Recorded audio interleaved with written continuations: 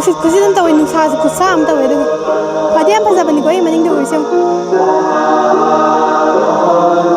Aduga sida lore aduga akoy na halak pa kan su kaino da halak pa ya deba ko. Haidi yelom da han sa pa deba du orom da dum han doine ba ko. No orom da haline ai do. Tise mi myam gi. Kaino ni ko. Pasaban ni o matak se. Tourist spot ne ba ko si se Namchi da la di sa dum la ko ne ba. Insana ka do re. Good morning everyone and welcome back to my channel khurumba namaste aduga ngasi se akoi kaino chatwine ba ko samdruptse chatwine ko lai khorpa aduga ai ngasi gi special guest am le to sida say hello hello hello kuzamo mana kuzamo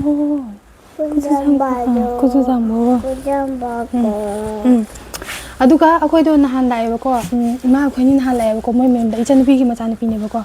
nahan la ko ne aduga kena tor ba akoi do kena tor ba ko ichi hoi akoi ichi do adu do moi do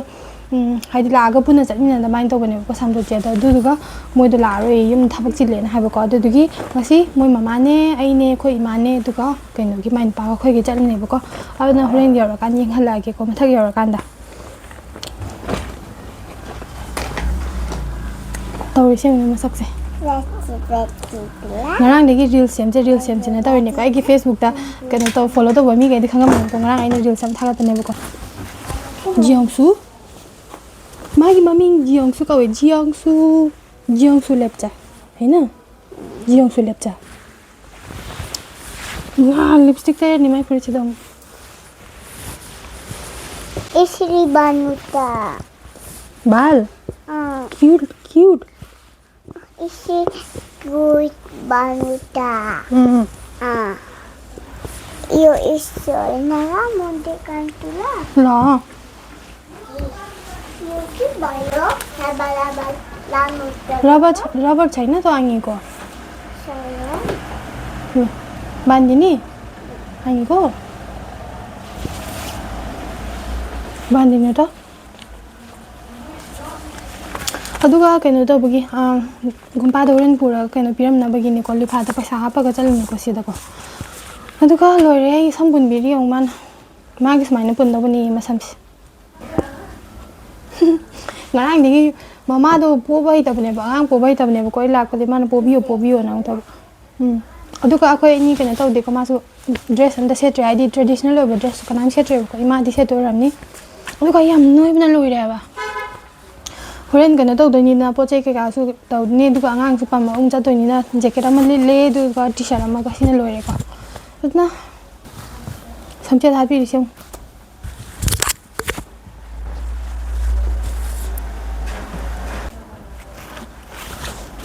wow thank you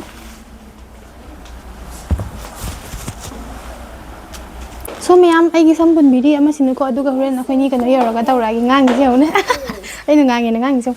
aduna horen kana yoro kan da samdruptse yoro kan mu yeng hala ke ko so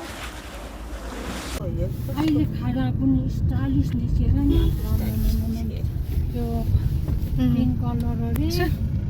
akoi da gumpa yore ko aduga sida lei ba mi man sina kana taw dei ba akoi na gumpa da kat to ba paisa do aduga de mu isal ne ba ko aduga receive ka gong pek de ba aduga sida lei si oi da na smaina hai nong magi chana thakna bagi offer taw ge hara kana kana donate taw book taw ge hara kana 25000 10000 6000 adu main donate taw de ne ko sta aduga sida lei to monastery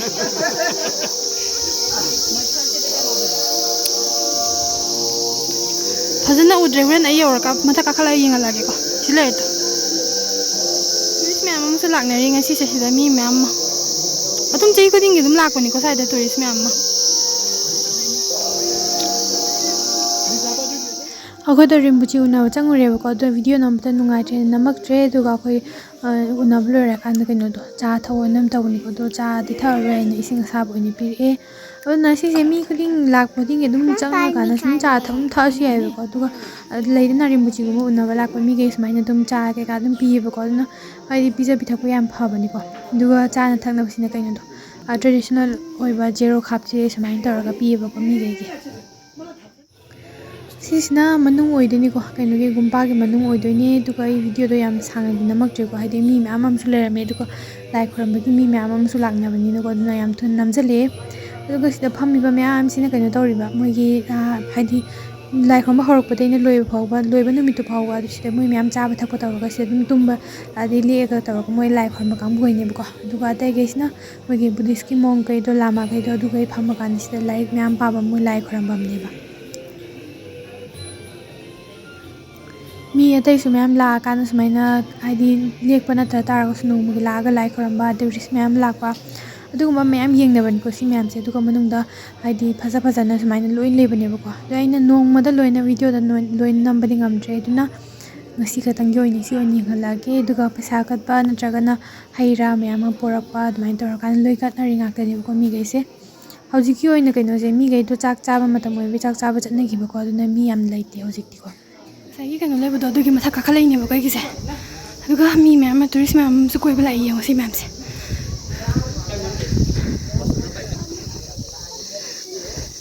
ꯁꯤꯗꯒꯤ ꯚ꯭ꯌꯨꯒ ꯌꯦꯡꯕ ꯈꯨꯐꯖ ꯑꯃ ꯇꯧꯕꯅꯦ ꯁꯤ ꯃꯌꯥꯝꯁꯦ ꯌꯦꯡꯉꯣ ꯃꯤ ꯃꯌꯥꯝ ꯀꯣꯏꯕ ꯂꯥꯛꯅꯩꯁꯦ ꯁꯤꯅ ꯀꯗꯥꯏꯗꯅꯣ ꯂꯥꯛꯏꯁꯦ ꯍꯥꯏꯔ ꯀꯥꯟꯗ ꯀꯩꯅꯣꯗ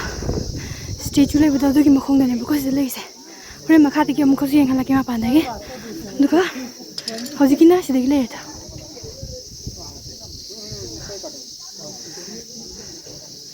ꯁꯤꯗ ꯂꯩꯔꯤꯁꯦ ꯃꯤ ꯃꯌꯥꯝ ꯑꯃ ꯀꯣꯏꯕ ꯂꯥꯛꯅꯔꯤ ꯌꯦꯡꯉꯣ ꯁꯤꯅ ꯃꯈꯥꯗꯒꯤ ꯁꯨꯃꯥꯏꯅ ꯌꯦꯡꯗꯣꯏꯕ ꯑꯃꯨꯛ ꯑꯗꯨꯒ ꯅꯥꯝꯆꯤꯌꯥꯗ ꯂꯩꯔꯦ ꯅꯥꯝꯆꯤꯌꯥꯗ ꯎꯔꯦ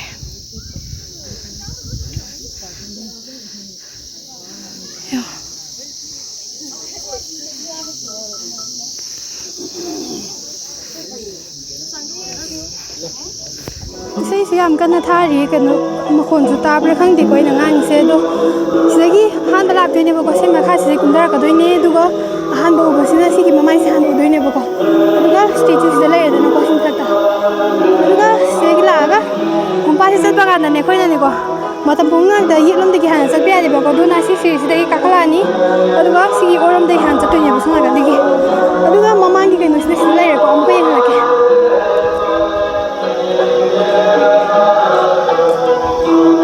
ꯑꯗꯨꯒ ꯁꯤꯗ ꯑꯣꯏꯔꯣꯝꯗꯒꯤ ꯍꯥꯟꯅ ꯆꯠꯇꯣꯏꯕ ꯑꯗꯨꯒ ꯌꯥꯔꯒꯗꯤ 3ꯔꯛ ꯅꯠꯇ꯭ꯔꯒꯅ ꯆꯪ ꯊꯣꯛꯄꯈꯩꯗꯣ 7ꯂꯛ ꯑꯗꯨꯃꯥꯏꯅ ꯀꯣꯏꯅꯩꯌꯦꯕꯀꯣ ꯑꯗꯨ ꯀꯣꯏꯔꯒ ꯉꯝ ꯇꯥꯔꯒꯗꯤ 104ꯂꯛ ꯀꯣꯏꯔꯁꯨ ꯌꯥꯏꯀꯣ ꯑꯗꯨꯃꯥꯏꯅ ꯃꯤ ꯃꯌꯥꯝ ꯑꯃ ꯀꯣꯏꯅꯔꯤꯌꯦ ꯁꯤꯗ ꯇꯨꯔꯤꯁ ꯃꯌꯥꯝ ꯑꯃꯁꯨ ꯂꯥꯛꯄꯅꯦꯕꯀꯣ ꯁꯤꯗ ꯑꯗꯨꯝ ꯌꯦꯡꯕꯒꯤ ꯑꯗꯨꯒ ꯑꯩꯅ ꯅꯍꯥꯟ ꯍꯥꯏꯕꯗꯣ ꯍꯥꯏꯗꯤ ꯑꯩꯅ ꯅꯍꯥꯟ ꯃꯃꯥꯡꯗ ꯎꯠꯈꯤꯕ ꯒꯨꯝꯄꯥ ꯑꯣꯏꯔꯝꯅꯤꯅ ꯍꯥꯏꯈꯤꯕꯗꯣ ꯃꯣꯅꯦꯁꯇ꯭ꯔꯤꯅꯦ ꯍꯥꯏꯈꯤꯕꯗꯣ ꯑꯣꯏꯔꯝꯗ꯭ꯔꯦ ꯍꯟꯗꯛꯅ ꯑꯍꯥꯟꯕ ꯑꯣꯏꯔ ꯃꯥꯜꯂꯦꯀꯣ ꯑꯩꯅ ꯃꯌꯥꯝꯗ ꯎꯠꯂꯤꯁꯦ ꯑꯗꯨꯅ ꯁꯤꯗ ꯂꯩꯔꯦ ꯁ꯭ꯇꯦꯆꯨ ꯁꯤꯗꯒꯤ ꯅꯥꯀꯟꯗ ꯁꯥꯏꯗꯇ ꯎꯔꯦ ꯑꯗꯨꯒ ꯁꯨꯃꯥꯏꯅ ꯂꯩꯀꯣ ꯃꯌꯥꯝꯅ ꯀꯣꯏꯕ ꯂꯥꯛꯇ ꯇꯥꯔꯒꯁꯨ ꯑꯩꯅ ꯉꯁꯤ ꯂꯥꯛꯄꯁꯤꯗ ꯌꯦꯡꯍꯟꯒꯦꯅ ꯑꯩꯒꯤ ꯚꯤꯗꯤꯑꯣꯁꯦ ꯁꯦꯝꯃꯤꯅꯦꯕꯀꯣ ꯑꯗꯨꯒ ꯑꯩꯈꯣꯏꯅ ꯁꯤꯗ ꯆꯠꯂꯤꯁꯦ ꯁꯤꯒꯤ ꯃꯈꯥꯁꯤꯗ ꯌꯦꯡꯉꯨ ꯃꯤ ꯃꯌꯥꯝ ꯂꯥꯛꯄꯒꯤ ꯒꯥꯔꯤ ꯃꯌꯥꯝꯁꯦ ꯌꯦꯡꯉꯨ ꯒꯥꯔꯤ ꯈꯨꯌꯥꯝ ꯑꯃꯅꯦ ꯑꯗꯨꯒ ꯅꯍꯥꯟꯒꯩꯗꯤ ꯅꯣꯡ ꯃꯪꯗ ꯇꯥꯔꯗꯤ ꯁꯤꯗꯒꯤ ꯎꯕꯅꯦꯕꯀꯣ ꯀꯩꯅꯣꯗꯣ ꯀꯥꯟꯆꯦꯟꯖꯪꯒ ꯎꯕꯅꯦꯕꯀꯣ ꯁꯤꯗꯒꯤ ꯑꯗꯨꯒ ꯎꯟ ꯇꯥꯕ ꯆꯤꯡꯒꯗꯣ ꯁ꯭ꯋꯥꯏꯗ ꯂꯣꯏ ꯎꯕꯅꯦ ꯑꯗꯣ ꯉꯁꯤ ꯂꯩꯆꯤꯟ ꯌꯥꯝ ꯊꯥꯕꯅꯤ ꯎꯗ꯭ꯔꯦ ꯑꯗꯨꯒ ꯁꯨꯃꯥꯏꯅ ꯁꯨꯝ ꯆꯠꯂꯀꯥꯟꯗ ꯁꯣꯝ ꯅꯥꯀꯟꯗꯒꯤ ꯆꯪꯐꯝ ꯑꯃꯨꯛ ꯂꯩꯔꯝꯃꯅꯤꯀꯣ ꯃꯤ ꯃꯌꯥꯝ ꯑꯃ ꯐꯝꯅꯔꯤ ꯁ꯭ꯋꯥꯏꯗ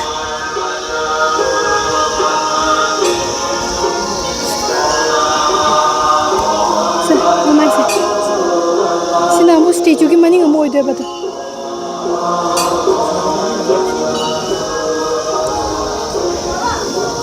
ꯁꯤꯗ ꯂꯩꯔꯦꯗꯅꯀꯣ ꯑꯗꯨꯒ ꯈꯨꯃꯨꯛ ꯃꯌꯥꯝ ꯑꯃ ꯊꯝꯃꯦ ꯑꯗꯨꯒ ꯁꯤꯗꯒꯤ ꯑꯃꯨꯛ ꯆꯪꯉꯒ ꯃꯅꯨꯡ ꯆꯪꯉꯒ ꯂꯥꯏ ꯈꯨꯔꯨꯝꯗꯣꯏꯕ ꯑꯗꯨꯒ ꯑꯩꯅ ꯑꯥꯗ ꯊꯝꯃꯝꯃꯤꯅꯦꯕ ꯃꯣꯏ ꯑꯍꯨꯝꯁꯦ ꯅꯥꯀꯟꯗ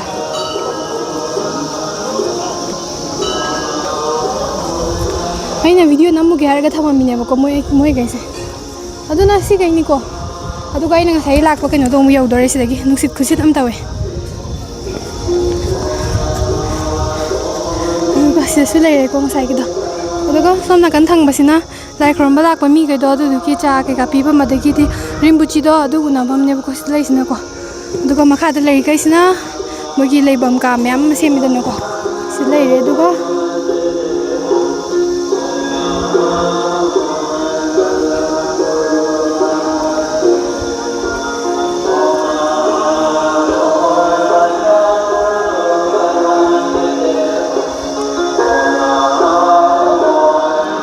ꯁꯤꯒꯩꯁꯤꯅꯦꯕꯀꯣ ꯂꯥꯛꯏꯁꯦ ꯃꯅꯤꯡꯗ ꯎꯔꯦꯗꯅꯀꯣ ꯁꯤ ꯃꯌꯥꯝꯁꯦ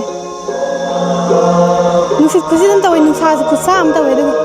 ꯐꯗꯤ ꯌꯥꯝ ꯐꯖꯕꯅꯤꯀꯣ ꯑꯩ ꯃꯅꯤꯡꯗ ꯎꯔꯤꯁꯦ ꯑꯗꯨꯒ sida loire aduga akoina halakpa kan su kaino da halakpa yadebako haidi yelomda han chapa yadeba duna orom da dum handoinebako duna orom da haline aido ayo nusa sabana loire aduga moi sida lai khorma mi myam lai dana ko haidi tang kya daina ho tang tar tukdi ho male bako moi sida lai khorma do ada moi lai khorma dum pham ga da bakang bu gaido adu mayum thado kan da tang tar tukdi lai ne bako aduga tang kun thama thoi da loiba do adu loiba kan da moi do adu bu lai doine ba chaba thakpa sida loina tawra kan du loi han gi doine ba adu na sise mi myam gi kaino ni ko fajabane o mathak se tourist spot ne bako sise namchi da la adi sa dum la ko ne ba nusa na ka do re oh my god music lab ki bizai ton na kaina sam hauna ngang brand khaline so myam sida loira male ko ini han bado aduga makhada I love namchi thaba sida mi myam ma photo kamna ga dum han ngi bene bako aduna sida loire ini khalise aduna myam na sangdar ga di hari matam leitar ga di ko kona koi ba lakpa da sida dum la ga dum yeng sia ni bako yamna phajabane mafam se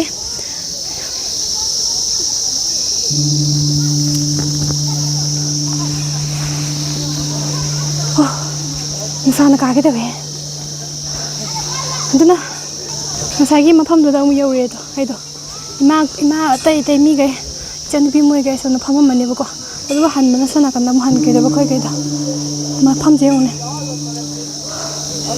gari me am si ga koi bala ko mi gai di moi ticket lo bane bako aduna ticket ka ga dum la asia bane so ngasi ki di hal lage ko khoi me sila pham bi ri yo ne moi gai ai ngai mi ri ba moi gai se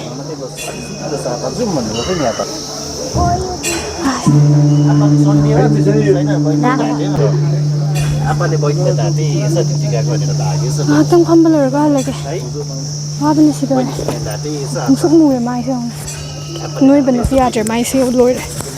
noi bane ater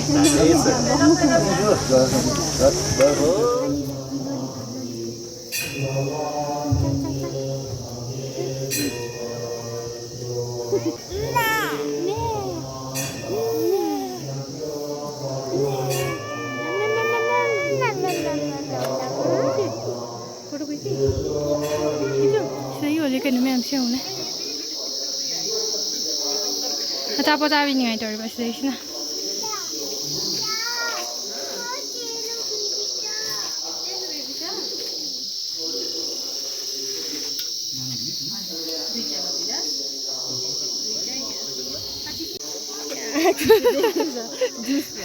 juice ka koi no ka popcorn ka pura chali se un pi bacha se khol dinu ha la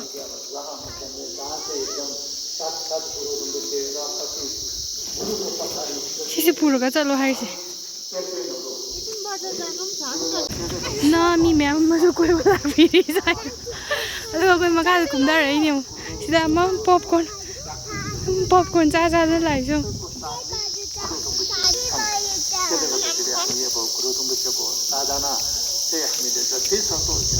han bir e khoi me am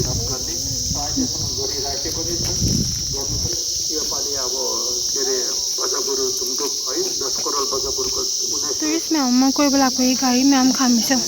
सोना करने की थको line को गाड़ी अदु को से खाम में हम से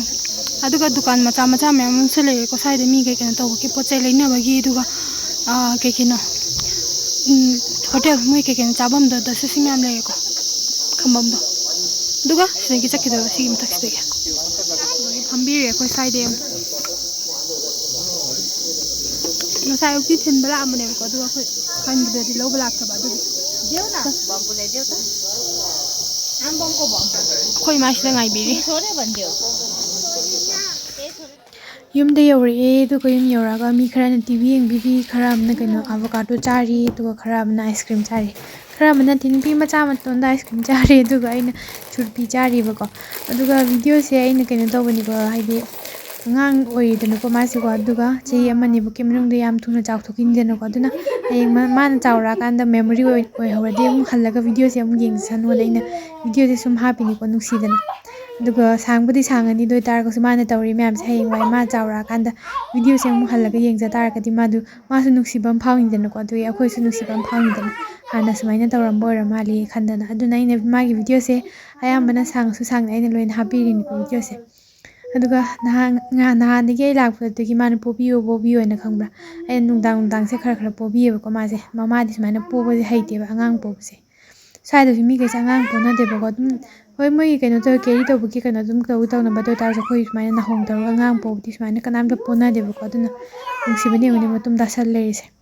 ꯀꯅꯥꯝꯇꯗ ꯄꯣꯕꯤꯌꯨ ꯍꯥꯏꯗꯕꯅꯦꯕ ꯑꯗꯣ ꯑꯩꯅ ꯈꯔ ꯄꯣꯕꯤꯕꯗꯣ ꯑꯗꯨꯝ ꯑꯩ ꯂꯥꯛꯑꯗꯤ ꯄꯣꯕꯤ ꯈꯪꯕꯅꯦꯕꯀꯣ ꯑꯗꯨꯅ ꯑꯩꯉꯣꯟꯗ ꯈꯔ ꯍꯥꯏꯔꯤꯅꯦ ꯅꯤꯡꯉꯥꯏ ꯇꯧꯕꯅ ꯉꯁꯤꯗꯤ ꯀꯩꯅꯣ ꯇꯧꯔꯦ ꯀꯩꯗꯧꯔꯤꯅꯣ ꯈꯪꯗꯦ ꯇꯨꯝ ꯍꯦꯛ ꯍꯧꯒꯠꯂꯛꯄꯗꯒꯤ ꯑꯗꯨꯝ ꯅꯤꯡꯉꯥꯏ ꯇꯧꯔꯤꯅꯦꯕ ꯑꯗꯣ ꯅꯨꯡꯗꯥꯡꯗꯣ ꯑꯩꯒ ꯇꯨꯝꯅꯦꯅ ꯑꯗꯨꯝ ꯀꯞꯄꯤꯅꯤ ꯉꯔꯥꯡꯁꯦ ꯑꯗꯨꯒ ꯉꯁꯤꯗꯤ ꯀꯞꯇ꯭ꯔꯦ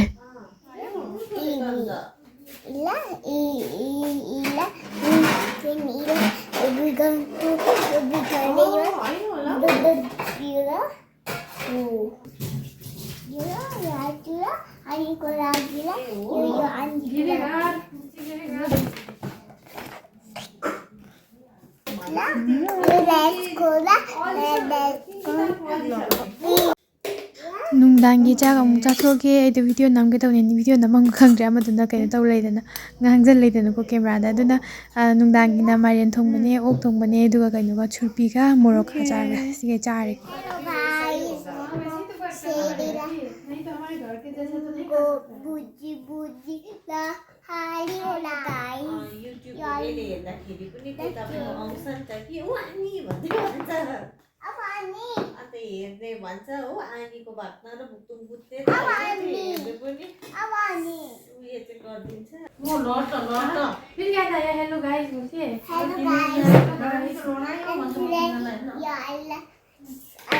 Hello guys, Hello guys. आज के लिए good night Good night. Good night Mga pula. Nama zoom. Good night good night No good night. No good night Eating was tonight. एकछिन गएर आउनु न जाउँ Huh? जाउँ एकछिन जाउँ म दबाई खान्छु आमा No, Amma no. Eating was not. ल आमा एकछिन गएर आउँछु ल फेरि Okay. That's anniversary. Hello guys Hello guys. मैं पेन जैसे दिख रहा हूँ ना मास्कारा लगाया था ना इसीलिए यहाँ पे सब काला हो गया अजून मैं यहाँ अखोइनीदो चाचारेबको साइ चाचारिङै गान्दा भिडियो नम्गेन तौबने अदुगा सिना अइगि क्यामेरा मांगो सम खम्जल भिडियो नम्बा यादरेबको अइ म तौता मिसे उले काको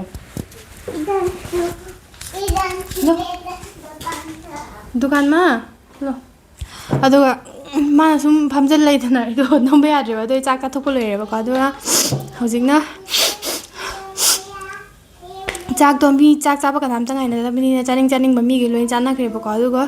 वासु वारे ngasido angang tummaga halebको ngasai bazar keno de halakpado monastery de halakpado ko aduna ina mal pammaga dum halabako aduna wasu ware do khutsu naibको ला यहाँ छ त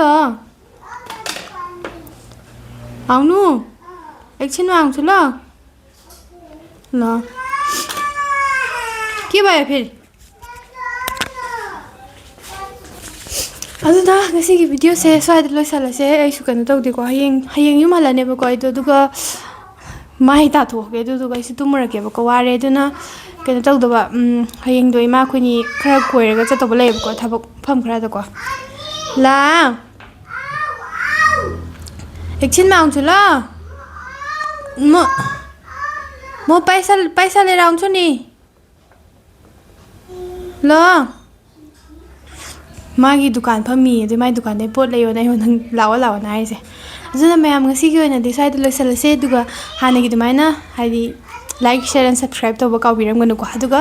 अनोवा येंगपा मी ओइतारगसु लाइक शेयर एंड सब्सक्राइब तौबिरमो अदुगा मथंगी वीडियो अमु येंगनाबको सो बाय बाय मयाम good night Idan to dukan. जेंगसुको दुकान Diko hari lai bijiko. ai Nepali ngang भाइतेबको दो तारसु मा कोइना नेपाली ngang निको Ani. La You ku keneo. जेंगसु You pechila. ल You i pechila. You sati lane. लान्दैन म काटेर यो आदि काटेर दो न इनको Jasu ku you lagi. You desi. जियोङसुको लागि आदि राख्नु आइको आदि दिनुस् न काट्नु काट्नु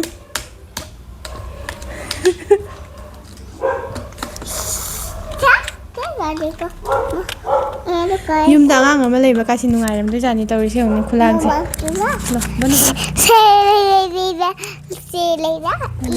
भयो गुड नाइट भन्नु त